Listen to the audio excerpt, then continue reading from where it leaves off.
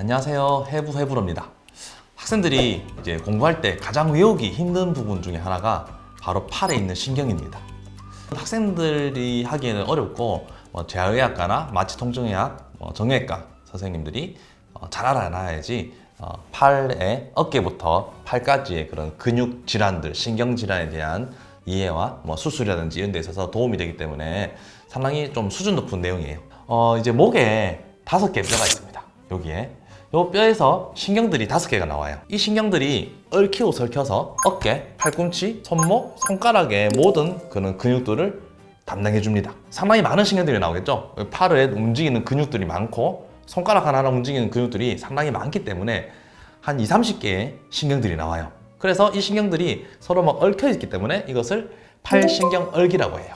여기 빗장뼈 밑으로 동맥이 지나가거든요. 이 동맥을 이 신경들이 이렇게 감싸면서 함께 지나가거든요. 요 짧은 어깨, 우리 보통 가방 매는 요 짧은 요 공간 속에서 여러 신경들로 나눠지는데 그것을 오늘 한번 살펴보도록 하겠습니다. 자, 5개의 신경이 나왔어요. 5번째 목뼈부터 8번째 목뼈 사이에서 나오는 신경들이 4개가 있고요. 첫 번째 이제 흉추에서 나오는 신경들이까지 5개의 신경이 나옵니다. 보통 친구가 5명 모이면 어떻게 지내나요?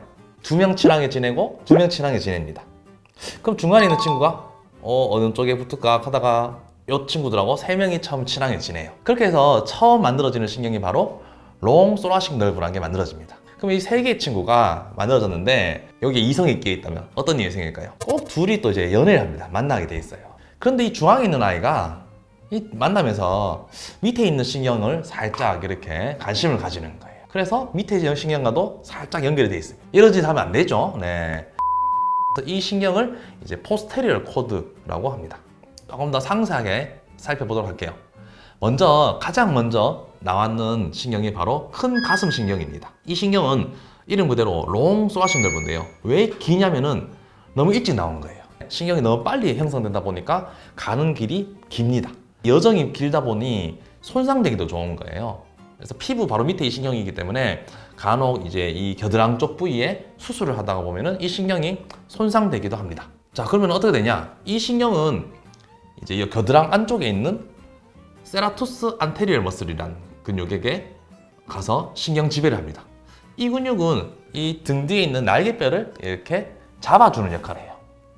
위치를 잡아주는 역할을 하는데 이 신경이 손상되면은 날개뼈를 잡아주지 못하니까 날개뼈가 이렇게 올라갑니다. 그래서 이 상황을 우리가 윙 스카풀라라고 합니다. 주로 이제 스카풀라 쪽으로 가는 날개뼈로 가는 신경들이 중간에 많이 나옵니다. 이 날개뼈가 대략 이점에 위치하기 때문에 지금 도자 스카풀라 널브, 슈프라 스카풀라 널브 이 날개뼈로 가는 신경들이 중간에 나온 것을 볼 수 있습니다.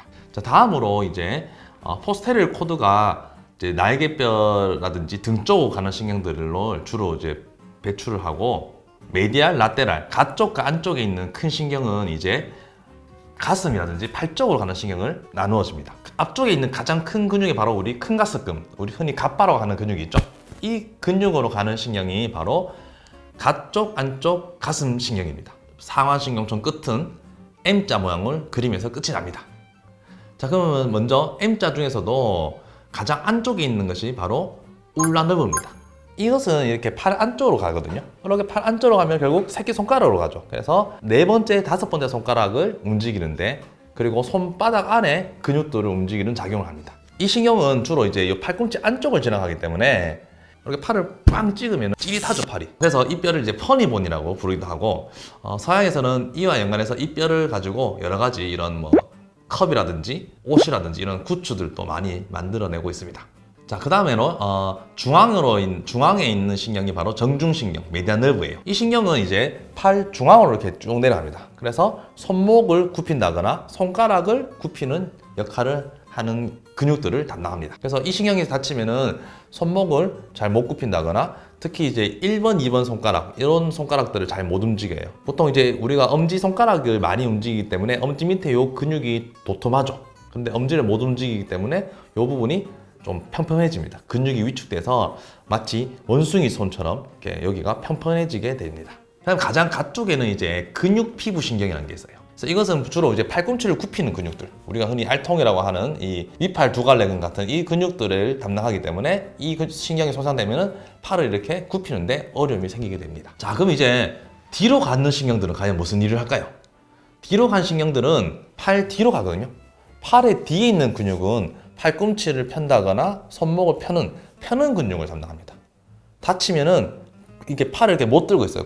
펴지를 못하고 팔이 이렇게 척 떨어지게 되고, 손도 이렇게 손목을 탁 들고 있지 못하고 손목이 이렇게 처지게 됩니다. 그 펴는 근육을 담당하는 신경이 바로 라디알 너브, 노신경이 되겠습니다. 이 노신경은 앞에 있다가 이렇게 뼈 뒤로 가서 팔 뒤로 가거든요. 그 뼈 바로 밑에 있어요.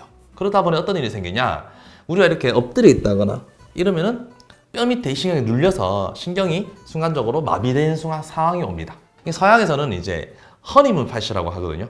자기야 하면서 이렇게 팔베개를 해주고 나면은 아주 이제 사랑스럽게 잤는데 다음날 되니까 머리에 팔이 눌려가지고 이 신경이 마비가 되는 거예요. 토요일 날 되면은 주말이니까 신나서 술을 막 마십니다. 술을 마시고는 침대에 딱 누워 자면 되는데 소파라든지 이렇게 의자에 걸터서 이렇게 자는 경우가 생겨요. 그렇게 해서 손목이 이렇게 처지는 경우가 생기게 됩니다. 그래서 지금까지 팔에 있는 신경들을 알아봤는데 상당히 팔 신경 얼기가 얼기설기 복잡하게 되어 있죠.